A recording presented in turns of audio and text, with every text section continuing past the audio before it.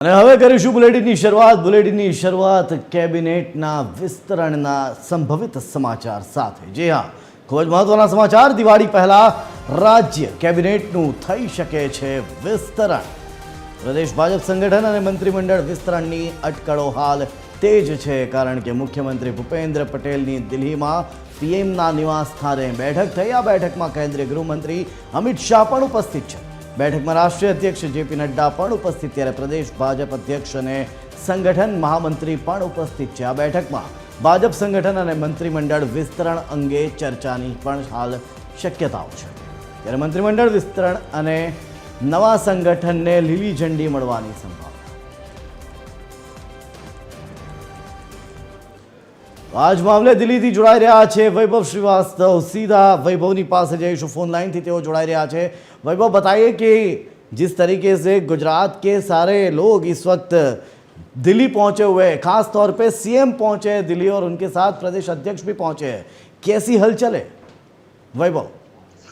बिल्कुल बिल्कुल जी, आपको बता दें कि प्रधानमंत्री आवास पे इस वक्त एक बड़ी हाई लेवल मीटिंग जो है चल रही है, जिसमें गुजरात के मुख्यमंत्री भूपेंद्र भाई पटेल, गृह मंत्री अमित शाह, राष्ट्रीय अध्यक्ष जेपी नड्डा और संगठन मंत्री महामंत्री रत्नेश्वर के साथ साथ गुजरात प्रदेश अध्यक्ष ये जगदीश विश्वकर्मा ये भी मौजूद हैं।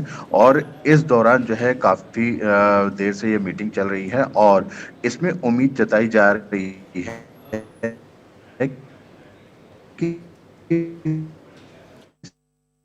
जानकारी के लिए આપણી સાથે આજ મામલે વિસ્તારથી વાત કરવા માટે જોડાઈ રહ્યા છે એસોસિએટ એડિટર સોનલ। સીધા જઈશું સોનલની પાસે। સોનલ, કેબિનેટ વિસ્તરણની પણ અટકળો ચાલી રહી છે, હાલ શું છે વધુ વિગતો?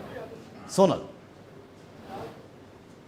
जी जय, जे रीते आज गुजरातना 3 शीर्ष नेतृत्व कही शकाय तेवा मुख्यमंत्री भूपेन्द्र पटेल, साथे साथे प्रदेश भाजप अध्यक्ष जगदीश पंचाल અને સંગઠન મહામંત્રી રત્નાકરજી, આ ત્રણેય જે નેતાઓ છે, મુખ્ય નેતાઓ ગુજરાત ભાજપના હાલ દિલ્હીમાં છે અને દિલ્હી ખાતે તેઓ બેઠકોનો દોર કરી રહ્યા છે। મહત્વપૂર્ણ છે કે આજે સાંજે મુખ્યમંત્રીએ પ્રથમ વડાપ્રધાન સાથે બેઠક કરી હતી અને ત્યારબાદ તેઓ અમિત શાહ સાથે બેઠક કરવાના છે। મહત્વનું છે કે જગદીશ પંચાલ જે પ્રદેશ અધ્યક્ષ છે તેઓ પણ દિલ્હીમાં છે અને તેઓ પણ અમિત શાહને મળવાના છે। એટલે કે મુખ્યમંત્રી અને પ્રદેશ ભાજપ અધ્યક્ષ બંને જ્યારે દિલ્હીમાં હોય અને સાથે સાથે સંગઠન મહામંત્રીની પણ ઉપસ્થિતિ હોય અને જેમ હમણાં દિલ્હીથી વૈભવ શ્રીવાસ્તવે જણાવ્યું કે જે હાઈ લેવલની બેઠક છે તે હાલ પીએમ નિવાસ સ્થાને ચાલી રહી છે, એટલે ચોક્કસપણે હાલના તબક્કે અનુમાન લગાવી શકાય કે જે રીતે આજે 3 મુખ્ય નેતાઓ ગુજરાતના જ્યારે દિલ્હીમાં છે ત્યારે ચોક્કસપણે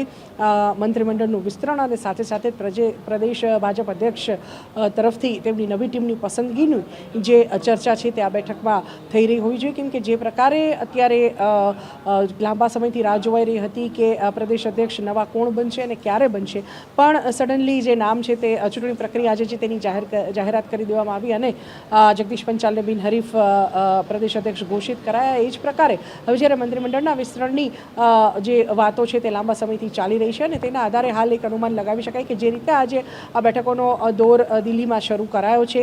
સૌપ્રથમ મુખ્યમંત્રી દિલ્હી માટે રવાના થયા અને ત્યારબાદ પ્રદેશ ભાજપ અધ્યક્ષ અને પ્રદેશ સંગઠન મહામંત્રી રત્નાકર દિલ્હી ખાતે રવાના થયા। તેના પરથી ચોક્કસપણે એવું લાગી રહ્યું છે કે જે રીતે અત્યારે માહોલ સામે આવી રહ્યો છે, નવી સંગઠનની ટીમ અને સાથે સાથે જ મંત્રીમંડળના વિસ્તરણ બંને મુખ્ય એવા મુદ્દા છે હાલ ગુજરાત માટે કે જેની જાહેરાતની સંભાવનાઓ લાંબા સમયથી જોવાઈ રહી છે। જગદીશ પંચાલની નિમણૂક બાદ સૌ રાહ જોઈ રહ્યા છે કે ક્યારે તેઓ તેમની નવી ટીમની પસંદગી કરશે અને ખાસ કરીને જ્યારે તેઓ અમિત શાહ સાથે બેઠક કરવાના હોય ત્યારે અમિત શાહને જે ગુજરાત અથવા તો રાજનીતિના ચાણક્ય ગણવામાં આવે છે અને મોદી શાહની જોડી છે તે હંમેશા ગુજરાતમાં પ્રયોગો પણ કરતી આવી છે। એ જ રીતે હવે જ્યારે ગુજરાતના નેતાઓ દિલ્હીમાં છે ત્યારે ચોક્કસપણે તેમને અને ખાસ કરીને આ બેઠકમાં જ્યારે અમિત શાહની હાજરી છે ત્યારે જે નવા નામો છે તેના પર ચર્ચા થઈ રહી હોય તેવું એક અનુમાન હાલના તબક્કે લગાવી શકાય। કેમ કે આ બેઠકના આધારે એવું કહી શકાય કે જે મંત્રીમંડળ વિસ્તરણની અને નામોની ચર્ચા અને સાથે સાથે જ નવી ટીમ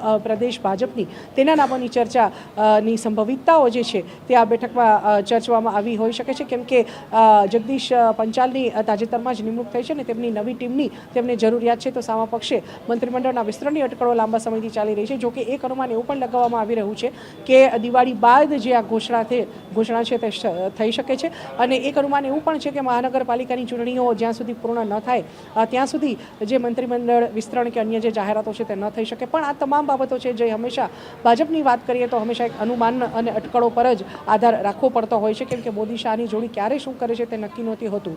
અને એવા સંજોગોમાં આજે જ્યારે ગુજરાતના નેતાઓ દિલ્હીમાં છે ત્યારે જે અટકળો ચાલી રહી છે તે વધુ તેજ બની છે, કેમ કે આ જે બેઠક છે તે વાતને બળ આપે છે કે મંત્રીમંડળના વિસ્તરણ અને નવી ટીમ સંદર્ભે આ બેઠકમાં ચર્ચા થઈ રહી છે. અને સાથે સાથે જ બીજો એક મુદ્દો પણ એ હોઈ શકે છે કે જે પ્રકારે બિહારમાં ઇલેક્શનની ઘોષણા થઈ ચૂકી છે ત્યારે બિહારના જે વસતા ગુજરાતીઓ છે તેને ભાજપ સાથે જોડવા અને ભાજપને એક નોંધપાત્ર ચૂંટણીમાં સ્થાન આપવા માટે થઈ અને ગુજરાતના જ પૂર્વ ભાજપ અધ્યક્ષ જે CR પાટીલ રહ્યા છે તેમને બિહારમાં જવાબદારી સોંપવામાં આવી છે. તો એ સંદર્ભમાં ગુજરાતના જે કાર્યકર્તાઓ છે તેની ફોજ બિહારમાં ઉતારવાની છે. આવા સંજોગોમાં ભાજપની હંમેશા ટેન્ડન્સી રહી છે કે જે સ્ટાર પ્રચારકો છે તેને હંમેશા તે અન્ય રાજ્યોમાં પ્રચાર માટે ઉતારતા હોય છે. તો ગુજરાતમાંથી કયા એવા સ્ટાર પ્રચારકોની બિહાર માટે પસંદગી કરવી આ પણ એક મુદ્દો આજની બેઠકમાં હોઈ શકે છે, કેમ કે જે પ્રકારે અત્યારે હાઈ લેવલની બેઠકની વાત હમણાં જ વૈભવ શ્રીવાસ્તવે કરી તેના પરથી ચોક્કસપણે એક અનુમાન એવું લગાવી શકાય કે આ બે મુદ્દાઓ ઉપરાંત બિહારની ઇલેક્શનનો મુદ્દો પણ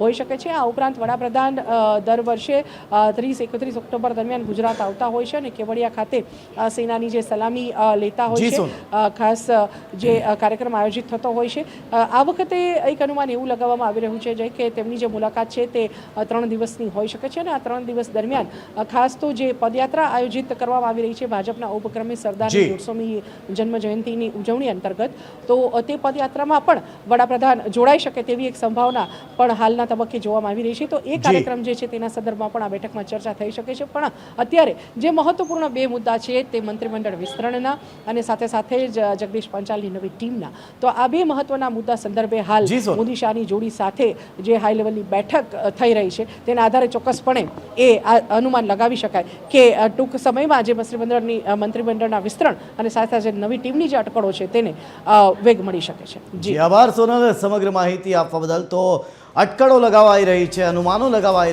રહ્યા છે કે નવા કેબિનેટના વિસ્તરણના માટે આજની બેઠક હોઈ શકે, કારણ કે પહેલા મુખ્યમંત્રી પહોંચ્યા અને ત્યારબાદ હવે પ્રદેશ અધ્યક્ષ પણ પહોંચી ચૂક્યા છે દિલ્હી.